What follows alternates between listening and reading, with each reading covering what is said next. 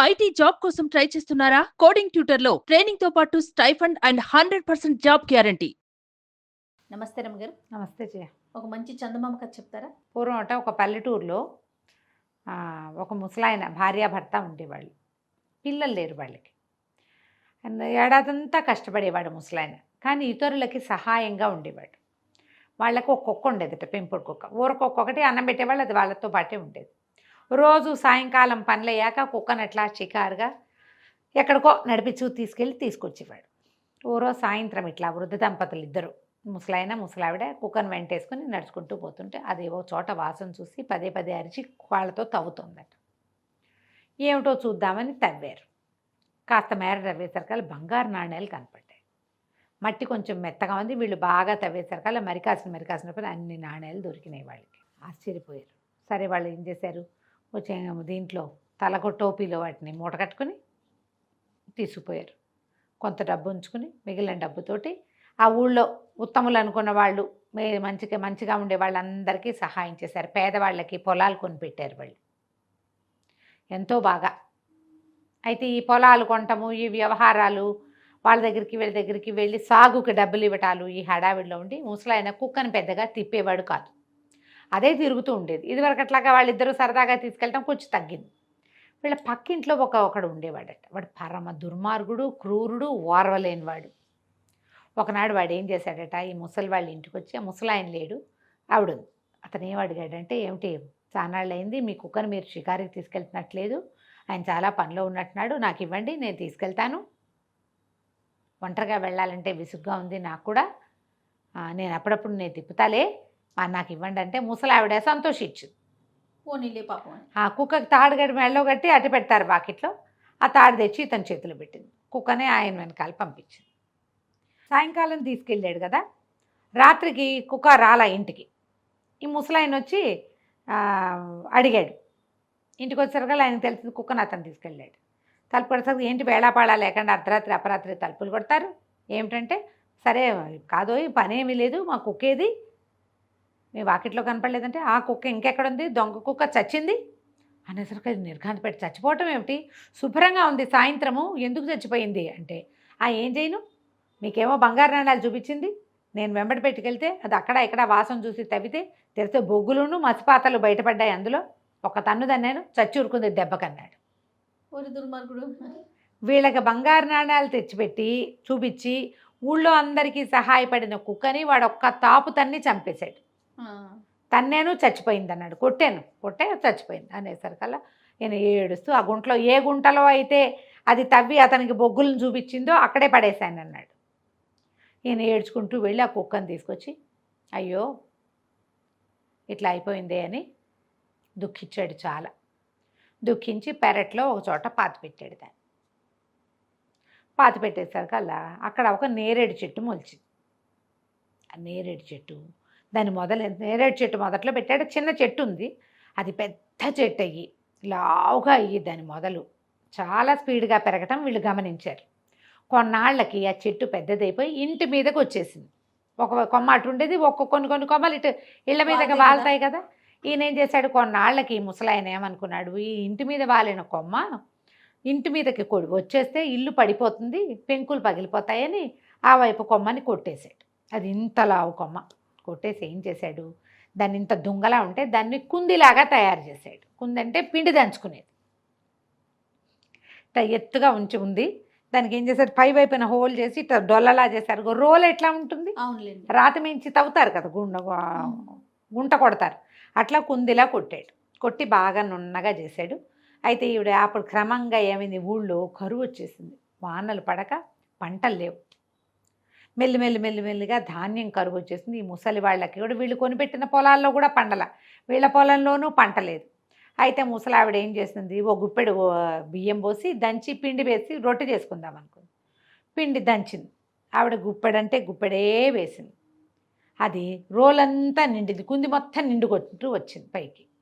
వచ్చేసరికల్లా భర్త అన్నాడు, అదేమే అంత పిండి పోసావు, అన్ని ధాన్యం పోసుకున్నావు, దీని కుందు నిండిపోయిందంటే, నేను వేసింది గుప్పెడేనయ్యా, అక్కడ ఎక్కువ బియ్యం లేవు, రొట్టె కోసం పోసాను అని ఇటా పిండి అంతా దేవి తీసేసరికల్లా మళ్ళీ కుంది నిండింది. మళ్ళీ తీస్తే మళ్ళీ నిండింది, మళ్ళీ తీస్తే మళ్ళీ నిండుతోంది. ఎంత పిండి వచ్చిందో ఓపిక కలిగినంతసేపు తీసి ఈయన ఏం చేశాడు ముసలాయన, ఊళ్ళో అందరికీ పిండి పంచి వచ్చాడు. రొట్టెలు చేసుకోండి, గుప్పెడేస్తే అది పెద్ద బస్తాడవుతోంది పిండి. బాగానే ఉందిగా. అక్కడి నుంచి క్రమంగా ఆ ఊళ్ళో ఎవరికి తిండి లేదన్న ఇబ్బంది లేకుండా అయింది. ఒకళ్ళ నుంచి ఒకళ్ళకి పంచుకున్నారు. ఆహార కొరత తీరిపోయింది. అయితే ఒకనాడు ఈ పక్కింటి దుష్టుడు వీళ్ళింటికి వచ్చాడు. ఏమంటే మీ దైవాలు అందరికీ ఇది వచ్చింది, తిండి దొరుకుతుంది, మీరు చచ్చిపోయిన కుక్కే ఈ కుంది రూపంలో మీకు సహాయపడుతోందని చెప్పుకుంటున్నారు, నాకు కూడా మీ కుంది ఇవ్వండి, నాకు కూడా కాస్త సహాయం చేయండి అన్నాడు. అట్లాగే బాబు ఏముంది కాస్త పిండి తెచ్చిస్తాను అందే ముసలావిడ. అంటే పిండి ఎందుకండి, మీరు శ్రమపడి దంచడం, కుంది ఇవ్వండి నేనే దంచుకుంటా అన్నాడు. అనేసరికల్లా వీళ్ళు ఏం చేశారు, సరేనని ముసలావిడ ఏం చేస్తుంది, ఆ కుంది ఎత్తి అతని చేతిలో పెట్టింది. అయ్యో, రోలు ఎత్తి చేతిలో పెడితే సరే మర్నాడు పొద్దున ఇవాళ ఇచ్చారు. మర్నాడు పొద్దున ముసలాయన వెళ్ళి ఆ కుంది తీసుకొద్దామని వెళ్ళాడు. వెళ్ళేసరికి ఈయన వెళ్ళేసరికి అతను చలిమంట లాంటిది ఏదో వేసుకుని ఉన్నాడు. ఉండేసరికల్లా ఆయన ముసలాయన అడిగాడు, ఇదేం కాలమోయ్ చలిమంటకి వేస్తున్నావు, ఆ చలిమంట పాడా, చలిమంట లేదు ఏమీ లేదు, నువ్వు ఇచ్చావు కదా కుంది, దాంట్లో దంచితే మరి నీకు పిండి వచ్చింది, నాకు మట్టి వచ్చింది, బూడిది వచ్చింది అందులోంచి. అయ్యో, నేను దంచితే నా బియ్యము పాడైనే, దొంగ మొహంది అది నన్ను మోసం చేసిందని పేళ్ళు వేసేసాను దాన్ని, ఆ కుందిని ఇదిగో తగలబెడుతున్నాను అన్నాడు. ఆయనకి ఎంత దుఃఖం వచ్చిందో ముసలాయనకి. అయ్యో ఎంత పని చేశాడు అని చెప్పి ఏం చేశాడు, దాన్ని తగలబెట్టేసిన బూడిదనంతా పోగు చేసుకుని తీసుకుపోయాడు.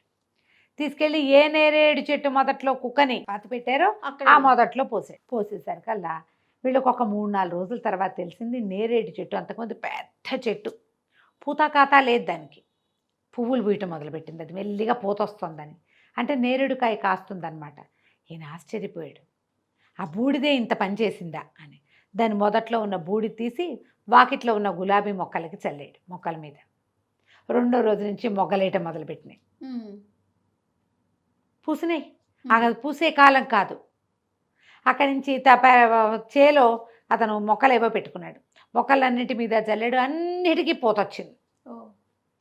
ఊళ్ళో వాళ్ళంతా ఆశ్చర్యపోయారు, ఇదేంటి పువ్వులు పూయించేస్తున్నారు, వీళ్ళు ఎట్టా పూయిస్తున్నారు పూత.